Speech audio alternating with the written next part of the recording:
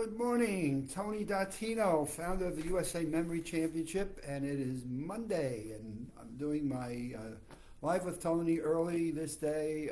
Had a doctor's appointment with Evelyn this morning, worked out well, came back home, had a little shopping to do, and wanted to do my broadcast because I've got some activities this afternoon, and God knows if we're going to have the weather that we're talking. So I'm tending to move my times around to my schedule so I can at least make sure on Monday, Wednesday, Friday I get my Facebook Lives done.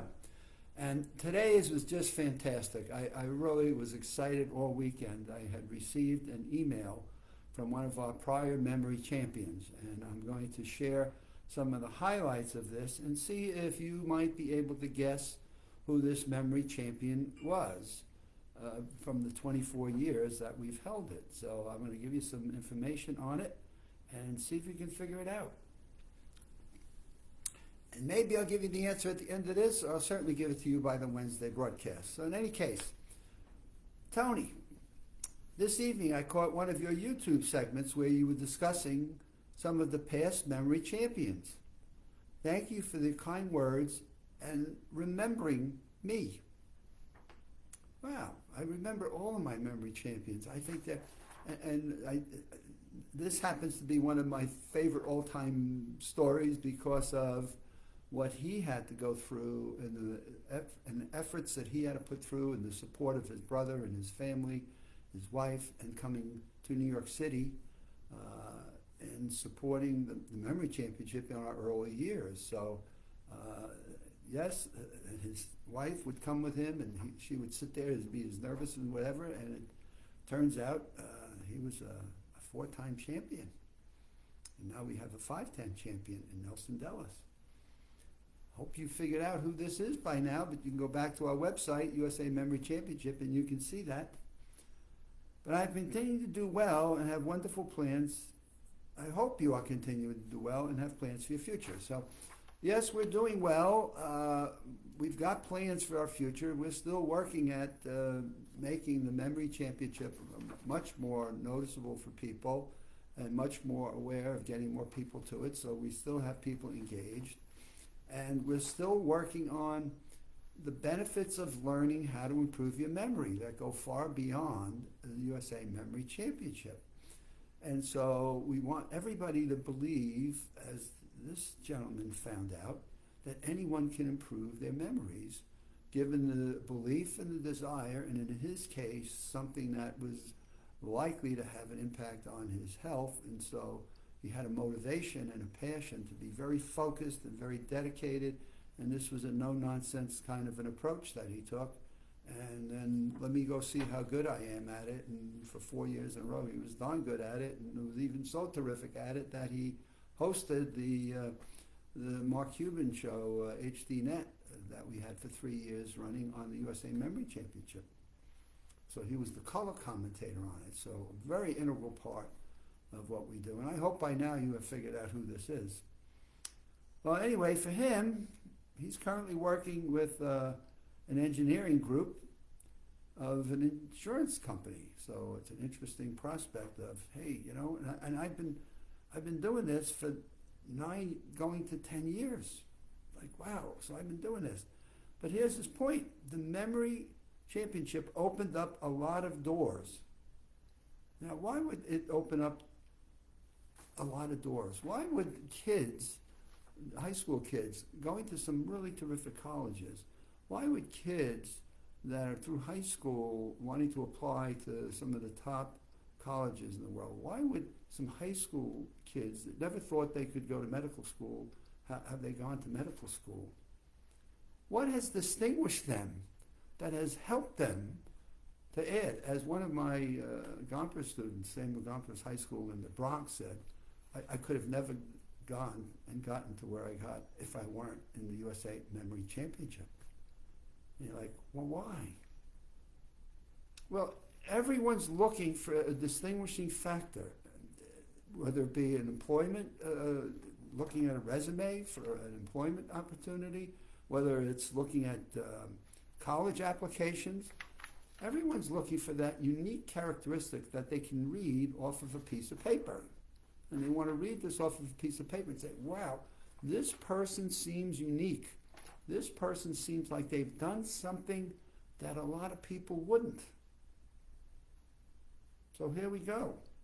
The Memory Championship opened up a lot of doors from the first interview to my present position. Now why? Well, first we have a champion, so I was a USA Memory Championship, or I even competed in the USA Memory Championship. So you're talking to someone, and the first question is, I was in the USA Memory Championship. And the first question is like, what? What is the USA Memory Championship? So they have to go to the USA Memory Championship website. You can see. And so people go to that and they say, wow, this is fascinating. You were in the USA Memory Championship? And it doesn't matter where you competed. The fact is you've distinguished yourself by being in a memory championship just right off the bat. And I can't tell you how many people, as I've said on television a number of times, I think I can get people on a stage and take their clothes off and be naked faster than I can getting them into a memory championship. Why? Because people worry about losing their memories and they don't want to admit it. It's one of those fears they have that they keep inside. And therefore, putting my brain on display for people to see it on television or on YouTube or on Facebook or streaming at the event as we've done the last few years, and you want me to do what? So you've already distinguished yourself in a huge way if you want to distinguish yourself and move on to bigger and better. So here we go, using memory techniques. So using memory techniques, I have passed a professional engineering exam at an age that is pretty significant, at an older age that is significant. And I have become a licensed engineer in the state. Wow. Using memory techniques that he learned years ago, he's still applying and still utilizing, and those have helped him to become a licensed engineer in his state. He's been deeply involved in their training program. So he's also involved in the training program, and I'm one of the lead trainers and a recognized mentor and engineer. Does it get better than this? Yes, it does. It gets better. I love it. I'm reading this and I just want to bring tears to my eyes. Why do I do the USA Memory Championship? You get a note like this and you say you've made a difference in someone's life. That's gone on for 10 years and longer. These kids that have gone to medical school, that are now doctors, are making a difference in the lives, not of their own self, but of the patients that they care for. So when people say, well, why do you do the USA Memory Championship? I said, because I've seen the difference it's made in people's lives. And if I can keep making that difference, I'm all for it. So this gets better.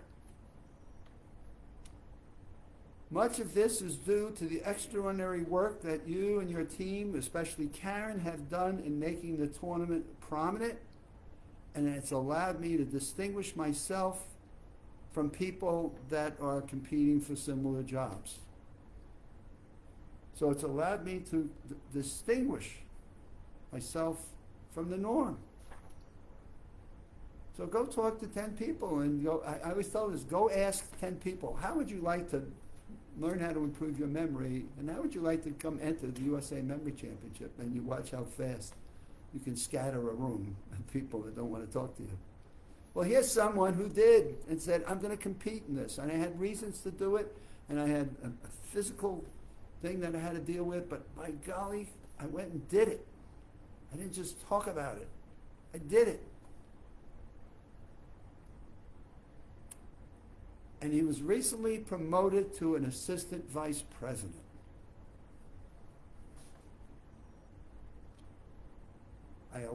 And it continues to allow me to distinguish myself from many people in the company. And the funny thing, it's out of humility. Somehow people have find out a lot about what I've done and who I am.